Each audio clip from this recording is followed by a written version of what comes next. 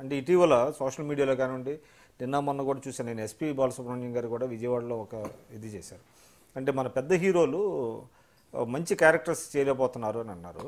ఇక్కడ ఒక చిన్న ఇదేంటంటే, బాలకృష్ణ గారేమో తన 100వ సినిమాని ఒక మంచి కథాంశం, అంటే హిస్టారికల్ ఒక ఎపోక్ ఫిల్మ్ ఒకటి ఎంచుకున్నారు. బట్ చిరంజీవి గారు మాత్రం ఒక కమర్షియల్ వాల్యూ తీసుకున్నారు అనేటువంటిది ఒక కమర్షియల్ వాల్యూ ఉంది. నేను కమర్షియల్ అది ఏదంటున్నా, ఇప్పుడు దాంట్లో మెసేజ్ లేదండి. రైతుల ప్రాబ్లం కంటే ఎవరిని డీల్ చేశారు ఇంతవరకు ఈ మధ్యకాలంలో?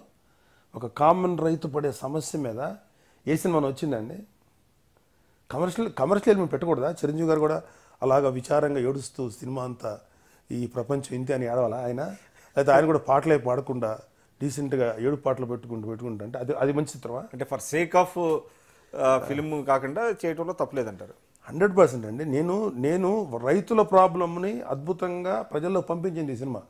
Because it is a sugar coated film అనే రియల్ ప్రాబ్లం.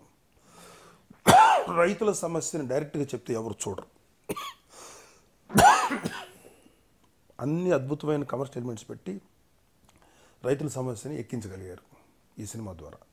ఒక రైతు ఎన్ని రకాల ఇబ్బందులు పడుతున్నాడు, ఎన్ని రకాల మోసాలకు గురవుతున్నాడు, ఈ అనేక ఆక్రమణలు రైతుని భూములు లాక్కోవడం కాడి నుంచి సరైన వాటర్ సప్లై ఇవ్వకుండా ఈ రేటు రుణాలు వీటన్నిటి మీద బోల్డెన్ సమస్యలు మన రైతుల మీద ఉన్నాయి రియల్ లైఫ్లో.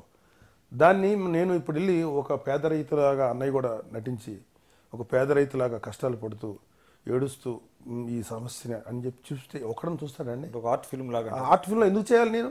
మేము ఎందుకు చేయాలి కమర్షియల్ హీరోస్? ఆర్ట్ ఫిల్మ్ చేసుకునేవాడిని. సో అద్భుతమైనటువంటి సినిమాలు, ఇది ఒక అద్భుతమైన సినిమా విత్ ఏ కమర్షియల్ వాల్యూస్తో కూడినటువంటి ఒక మెసేజ్, ఒక అండర్ కరెంట్, ఒక రైతు సమస్య అనేది ఒక అద్భుతమైన పాయింట్ని అందంగా ప్యాకేజ్ చేసి జనాల్లో పంపించారు. అది క్లిక్ అయింది అది. సో అలా ఉంటాం. కానీ అన్నయ్య కేవలం ఒక పక్కా కమర్షియల్ సినిమా చేశాడు అనుకో 150 సినిమా కింద 100% మీరు అన్నది నేను ఒప్పుకోండి. కేవలం చిరంజీవి గారు ఒక కమర్షియల్ సినిమా కోసం వెళ్ళారు తప్ప అని. యాక్చువల్గా నాలాంటి కూడా మా అన్నయ్యకి ఇన్సైట్ చేశాడంటే, మనకి ఎందుకన్నయ్య సోషల్ మెసేజ్లు అయ్యి, నువ్వు పర్ఫెక్ట్గా మంచి కమర్షియల్ సినిమా చేయమని చెప్పిన వాళ్ళు నేను. నా మాట కూడా మా అన్నయ్య ఇలా ఒక మెసేజ్ ఉండే సినిమా చేయకుండా ఒక ఠాగూర్ లాగానో ఒక శంకర్ దాదా లాంటి మెసేజ్ ఓరియంటెడ్ పాత్ర ఉండాలి, కమర్షియల్ వాల్యూస్ పట్టుబట్టి తెచ్చుకుని ఆ కథ వర్కౌట్ అయినాయి. సో అంటే ఒక మెసేజ్ కూడా ఉండాలనేటువంటి ఉద్దేశం ఆయన ఉంది కాబట్టి చక్కటి మెసేజ్ క్యారీ అయింది. ఇప్పుడు 150 సినిమా ఆంధ్రలో అది చూశారు, దానికి ఒక విలువ ఉందండి. బట్ కేవలం అదొకటే విలువైంది కాదు కదండి. దానికన్నా అది ఒకప్పుడు చరిత్ర అది. సో మన చరిత్ర ఇంత గొప్పదని చెప్పి ఎస్టాబ్లిష్ చేశాడు క్రిష్. అది ఒక అభినందించదగ్గ విషయం. బట్ ఇవాళ కరెంటు ప్రాబ్లం రైతుదండి. దాన్ని మీకు ఒక అద్భుతమైన సినిమా చేసినప్పుడు దీన్ని ఎలాగా పక్క కమర్షియల్ సినిమా అంటారు, దేని చెప్పాలి. అలాగే అదే ఇంకోటి ఎవరు అన్నారు ఏదో అన్నారంటే మన తెలుగు హీరోలు చేయాలని. అదే మన ఎస్పీ బాలసుబ్రహ్మణ్యం గారు నిన్న మొన్న విజయవాడలో మాట్లాడుతా, మన తెలుగు సినిమా అంటే ఒక దంగల్ లాంటి సినిమా చేయటం లేదు మన హీరోలు, తెలుగు హీరోలు చరిత్రలో నిలిచిపోయే చిత్రాలు చేయట్లేదు, మనకు అవార్డులు రావాలంటే ఎలా వస్తాయి అనేటువంటి మాట మాట్లాడారు ఆయన. అవార్డులు రావాలని జనాలు అడిగారు అనుకోండి. అవార్డులు రావనేది ఎందుకు రాలేదండి? అవార్డులు మన వాళ్ళు ఎందుకు చేయలేదండి? ఆయన మరి ఎందుకు అన్నారు, ఏ సందర్భాలు అన్నారు నాకు తెలియదు. కానీ దంగల్ లాంటి చేస్తేనే తెలుగు సినిమాలో అవార్డులు వస్తాయండి, లేకపోతే అలాంటి సినిమాలు చేయాలా? మరి ఇప్పుడు కంచె లాంటి సినిమా వచ్చింది మొన్న, అది ఆయన దృష్టికి వెళ్ళిందో లేదో నాకు తెలియదు. అది ఒక సోషల్ ఇష్యూస్ మీద జరిగిన సినిమాయే కదా. ఒక కుల మతాల మధ్యలోనూ, లేకపోతే ఒక అధికారం, లేకపోతే ఒక అణగదొక్కబడిన జాతుల మధ్యలో జరిగిన ఇదే కదా. దానికి నేషనల్ అవార్డు వచ్చిందిగా. కాలేదని ఎలా అంటారు? మొన్న లాస్ట్ ఇయరే కదా వచ్చింది. అంతకుముందు శంకరాభరణం నుంచి లెక్కేసిన ఆయనే కదా అద్భుతంగా దాంట్లో శంకరాభరణంలో పాడింది బాలసుబ్రహ్మణ్యం గారు. సో మనకి శంకరాభరణం అన్ని అవార్డులు వచ్చినాయి. శంకరాభరణం దగ్గర తీసిన మా రుద్రవేణలో బాలుగారికి అవార్డు వచ్చింది. ఎవరిదాకా ఎందుకు, బాలుగారికి బెస్ట్ మేల్ సింగర్ అవార్డు వచ్చింది, నేషనల్ అవార్డు. మన నేను సైతం అనే పాటకి.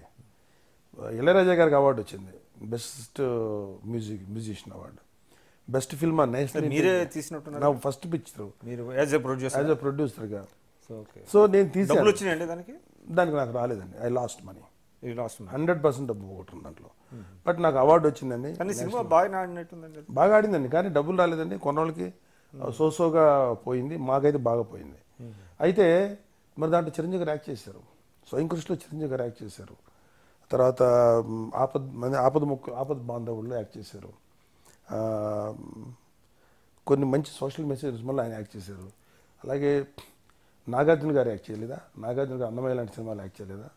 అన్నమయ్య ఒక మంచి కమర్షియల్, ప్యూర్ కమర్షియల్ సినిమా కాదు ఇది, ఒక మంచి ఇది యాక్ట్ చేశారు.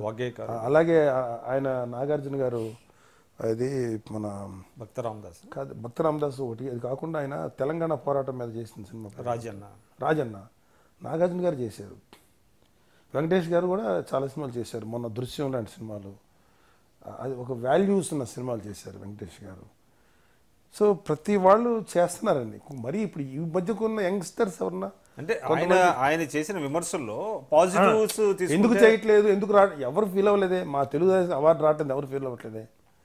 అలాగే మనకి కాకపోతే కన్నడలోను తమిళ్లోను వచ్చినంత విరివిగా మనకు రాకపోవచ్చు, కానీ మన హీరోలు, మన సినిమాలు, మనం చేసిన వాళ్ళు ఉన్నాం, మనకు అవార్డు కూడా వచ్చినాయండి. అది ఆయన కృషి గారు కూడా చేసినట్టు వేదం కృషి చేశాడు. కృషి చేస్తే చాలా వరకు అలా ఉంటాయి. కృష్ణమందే జగద్గురు అండ్ మన కళ్యాణ్ చరణ్బాబు చేసిన కంచె, అన్నీ ఇవన్నీ వాల్యూస్ ఉన్న సినిమాలే కదండి, లేకుండా ఎలా ఉంటాయి? అలాగే కళ్యాణ్ బాబు చేసిన ప్రతి సినిమాలోనూ వాల్యూస్తో ఉన్న సినిమాలే చేస్తారు కళ్యాణ్ బాబు, కమర్షియల్ సినిమాలతో పాటు. సో అది ఆయన అన్నది నాకు ఎందుకు నేను ఏకీరించట్లేదు. మీరు చూసారు అది? ఆయన చూశాను. అది ఆయన థియేటర్లు దొరకలేదు అని అన్నారు, అదొకటి నాకు ఐడియా లేదు. ఎందుకంటే ఈ థియేటర్ అనేది అగైన్ ఇది బిట్వీన్ ఎగ్జిబిటర్స్, ప్రొడ్యూసర్స్, వాళ్ళ కమర్షియల్ లెక్కలు అవి ఉంటాయి, నాకు తెలియదండి. దాని మీద నేను కామెంట్ చేయకూడదు, ఎందుకంటే అది అగైన్ అయితే సంబంధం లేని మ్యాటర్. సరే ఆ విషయం పక్కన పెడితే, ఇప్పుడు మీరు ఇందాక అన్నారు చరణ్ బాబు యాజ్ అ ప్రొడ్యూసర్గా బ్రహ్మాండంగా మంచి లాభాలు వచ్చినట్టున్నాయి. చిరంజీవి గారికి ఎంత రెమ్యునరేషన్ ఇచ్చి ఉంటారు? అది నాకు ఐడియా లేదండి, నేను అడగల. ఎందుకంటే చిరంజీవి గారికి ఎంత రెమ్యునరేషన్ ఇచ్చాడు ఏంటి అనేది అడగడానికి నేను కొంచెం నేను అడుగుతున్నాను. మామూలుగానే చెప్తున్నాను. నాకు ఎంబ్రాసింగ్ ఫీల్, ఎందుకంటే ఇట్ ఈస్ సంబడీస్ మగవాడి జీవితం ఆడదని వయసు అడగకూడదు అంటారు కదా. అంటే అది కూడా ఒక రికార్డ్ అయి ఉంటుందా?